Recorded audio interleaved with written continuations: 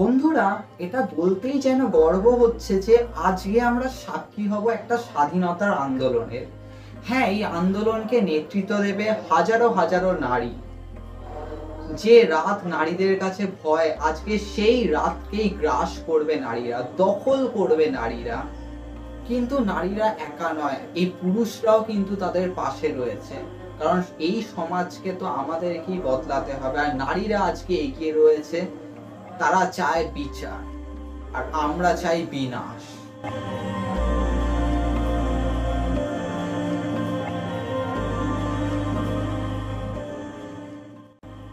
সত্যি, যে সমাজে আমরা বলি যে নারীরা হচ্ছে মা দুর্গার রূপ, তারা অন্যায় প্রতিবাদ করছে, মোকাবিলা করছে, লড়াই করছে, আর আজকে দেখো সেই সমাজই যেন নারীদের হাতে মোমবাতি তুলে দিয়েছে। তারা রাস্তায় রাস্তায় বেরিয়ে পড়েছে হাতে মোমবাতি নিয়ে। আর হ্যাঁ, এটাই তো বর্তমান, যে যেখানে জঙ্গলের মধ্যে কখনো মানুষের যাওয়া উচিত নয়, বাঘে শিকার করবে, সেখানে রাতের অন্ধকারে কেন নারীরা বেরোবে? তারা তো ধর্ষণ আর খুন তো হবেই। হ্যাঁ, এটা খুবই স্বাভাবিক একটা কথা। এটা শুধুমাত্র একটা ঘটনা নয়, এটা কিন্তু বছরের পর বছর চলে এসছে। আর সত্যি আজকে মনে হচ্ছে আজকে না মানুষজন আর থাকতে পারছে না, কারণ প্রত্যেকটা বাবা মা অপেক্ষা করে থাকে যে তাদের সন্তান কখন বাড়ি ফিরবে। কত স্কুল কলেজে স্টুডেন্টরা হয়তো রাত করছে, আর বাবা মারা চিন্তা তো করবে। আর আজকে তো আরো ভয়ের সঞ্চয় হয়েছে। সত্যি দেখো, আমি নিজেও যাদবপুর ইউনিভার্সিটির স্টুডেন্ট, এটা তোমরা অনেকেই জানো। আর আমারও অনেক সময় রাত হতো বাড়ি ফিরতে, ট্রেন পেতাম না। কিন্তু হ্যাঁ, তার মাঝখানেই 2-3 বার ফোন আসতো মায়ের। আজকে সত্যি এটা মানে ভাবতেই কেমন লাগছে যে হ্যাঁ, প্রত্যেক বছরই যেন এরকম কিছু না কিছু ঘটনা হয়ে যায়। আগের বছরে একটা ঘটনা, এবছর আরেকটা ঘটনা। তবে এটা শুধুমাত্র কয়েক বছরের নয়, এটা যদি তোমরা দেখো তাহলে 10 বছর 20 বছর ধরে ধরেই কিন্তু প্রতি বছরই কিন্তু চলে এসছে। কিন্তু না, যতবারই প্রতিবাদ করা হয়েছে ততবারই পুলিশ এটাকে ধামাচাপা দিয়ে দিয়েছে।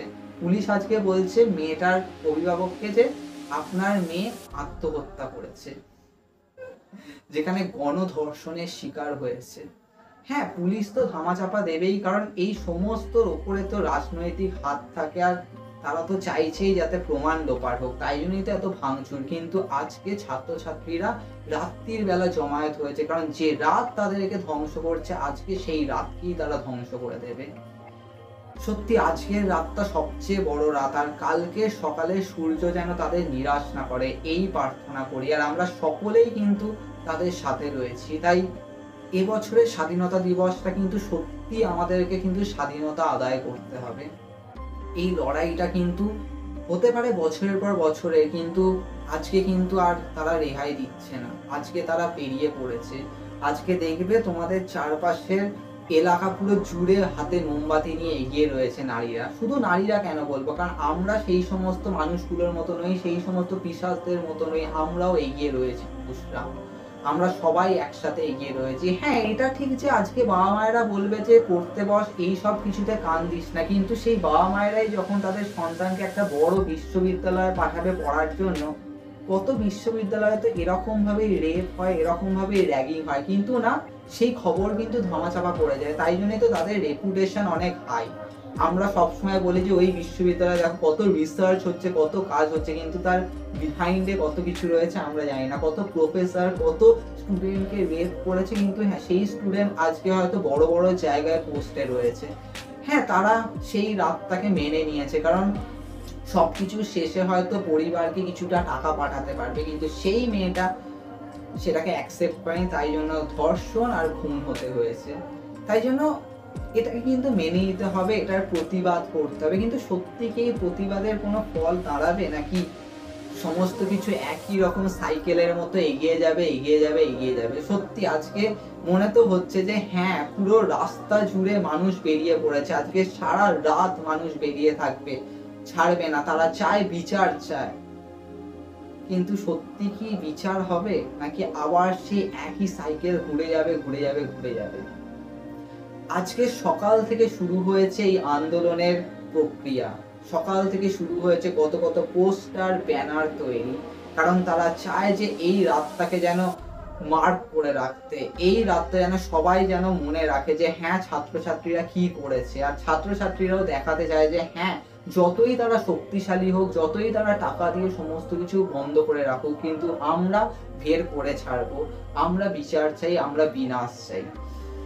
ভগবান যেন তাদের শক্তি দেয়, আজকের এই রাতটা তারা যেন নিজেদের সমস্ত কিছু দিয়ে যেন মোকাবিলা করতে পারে। কত পুলিশ আসবে, লাঠি চার্জ হবে, আজকে হয়তো অনেক ছাত্রছাত্রীদের দেহ পড়ে থাকবে, কিন্তু তারা হাতে মোমবাতি নিয়ে এগিয়ে যাবে।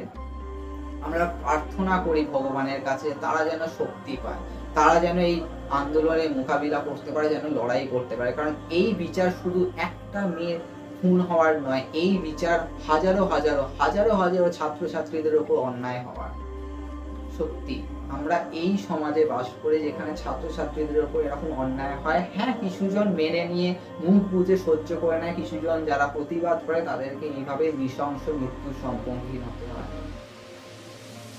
আজকে সত্যি বলতে কেমন লাগছে না, 2020-তে আমি একটা আর্টিকেলের জন্য একটা পোস্টার করেছিলাম, আর সেটা ছিল একটা রেপ ইনসিডেন্ট। আর আজকে দেখো 2024-এ আমি আবার একটা ওই কি বলবো এগেন আমি একটা রেপ ইনসিডেন্টের উপর কাজ করছি। মানে সত্যি অ্যাজ এ আর্টিস্ট হিসেবে বলতেই হচ্ছে যে চিরাচরিত ঘটনা এটা। আমরা শিল্পী, আমরা কখনোই বসে থাকি না, আমাদের হাতের মধ্যে আগুন থাকে, আমাদের পেন্সিল, আমাদের তুলির মধ্যে সবসময় আগুন থাকে। আমরা বিদ্রোহী না হলেও আমাদেরকে বিদ্রোহী হতে হচ্ছে। আজকে আমরা হয়তো কোনো সুন্দর ছবি আঁকতে পারছি না, কারণ সমাজটাই তো সুন্দর নয়, তো কিভাবে ছবি আঁকবো, এটাই হচ্ছে বাস্তব। তাই আমরা যারা শিল্পী আমরা এগিয়ে রয়েছি, আমরা আমাদের কাগজের ওপর ফুটিয়ে তুলছি বাস্তবকে, কিন্তু বাস্তবটাই তো এরকম নৃশংস, তো কি করা যাবে। তাই আমরা এগিয়ে আছি।